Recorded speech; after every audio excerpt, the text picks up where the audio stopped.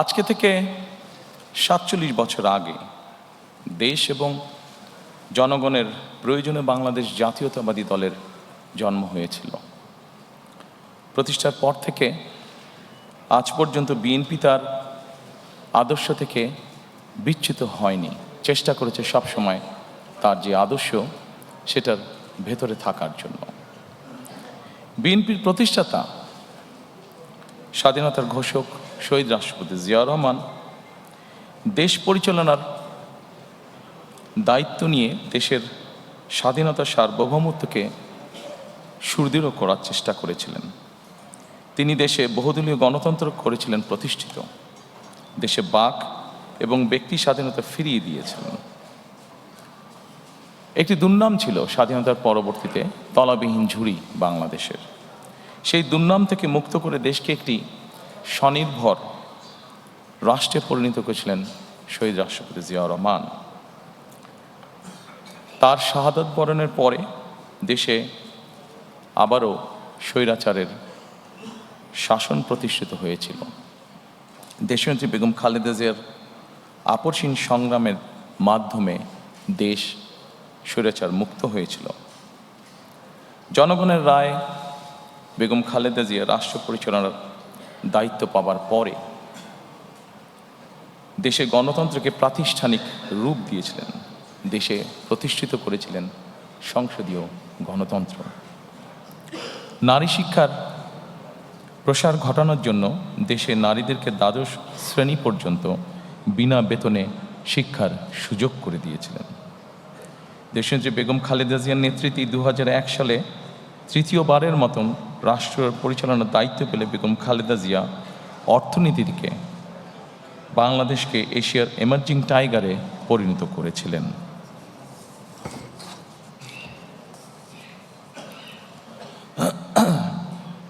প্রিয় সহকর্মীবৃন্দ, ফ্যাসিবাদী শাসনের 1.5 দশকেরও বেশি সময় জনগণের সকল ক্ষমতা কেড়ে নেওয়া হয়েছিল। দেশকে পরিণত করা হয়েছিল একটি তাবেদার রাষ্ট্রে। দেশের সকল সাংবিধানিক প্রতিষ্ঠানগুলোকে অকার্যকর করে দেওয়া হয়েছিল। হাজারো প্রাণের বিনিময়ে বাংলাদেশ ফ্যাসিবাদ মুক্ত হয়েছে। ফ্যাসিবাদ মুক্ত বাংলাদেশে আবারও জনগণের অধিকার প্রতিষ্ঠার সুযোগ তৈরি হয়েছে। সম্মানিত উপস্থিতিবৃন্দ, এবার বাংলাদেশ পুনর্গঠনের পালা। প্রায় 20 কোটি মানুষের জন্য বাংলাদেশকে একটি গণতান্ত্রিক নিরাপদ রাষ্ট্রে প্রতিষ্ঠিত করার পালা। বাংলাদেশকে বর্তমান এবং ভবিষ্যৎ প্রজন্মের জন্য একটি নিরাপদ রাষ্ট্রে পরিণত করার জন্য বিএনপি কতগুলো সুনির্দিষ্ট পরিকল্পনা গ্রহণ করেছে।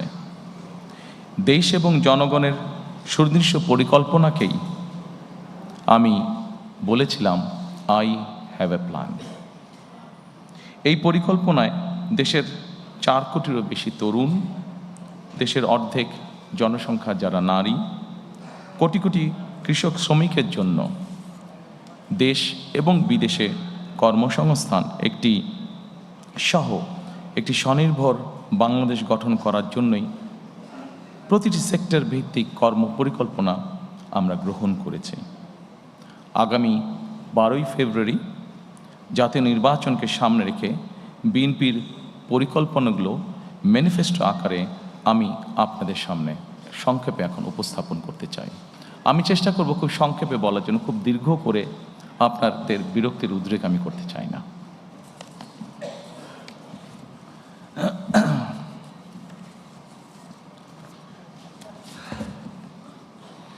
Dear friends of Diplomatic Corps, probably I'll be explaining the whole manifesto in my own language, Bangla. But I'm sure you have found that in the folder which you're holding, there's a copy in English. So it will be easy for you to understand what we'll be saying in Bangla. Exactly, the whole thing is in English. So I'll request you, if you can go through the document, you will know what we have or what we are explaining in Bangla. Thank you.